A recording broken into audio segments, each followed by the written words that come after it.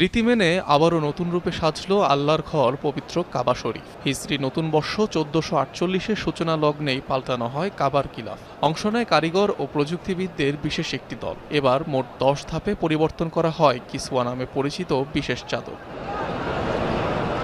প্রতি বছরই নিয়ম অনুযায়ী পাল্টানো হয় কাবার গিলাফ। আগে আরাফার দিন পরিবর্তনের রেওয়াজ থাকলেও বছর কয়েক ধরে তা পাল্টানো হচ্ছে মুহররম মাসের প্রথম দিনে।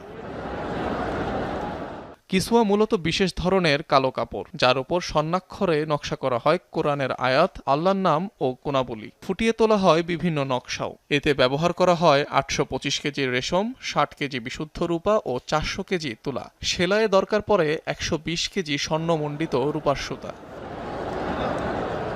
42 ফুট উঁচু আর 141 ফুট প্রশস্ত কাবা শরীফ ঢাকতে গিলাফের পুরো নির্মাণশৈলীতে অনুসরণ করা হয় 7টি ধাপ। 47টি কাপড়ের টুকরাকে সেলাই করা হয় বিশেষ মেশিনে, যা কাবার দেয়ালে ঝোলানোর পর জোড়া দেয়া হয়। একটি কিসওয়ার ওজন 1400 কেজির মতো হতে পারে। পরিবর্তনের পর পুরনো গিলাফের বিভিন্ন অংশ মুসলিম দেশসহ বিভিন্ন জাদুঘরে উপহার হিসেবে পাঠায় সৌদি কর্তৃপক্ষ। অনিক রহমান, যমুনা নিউজ।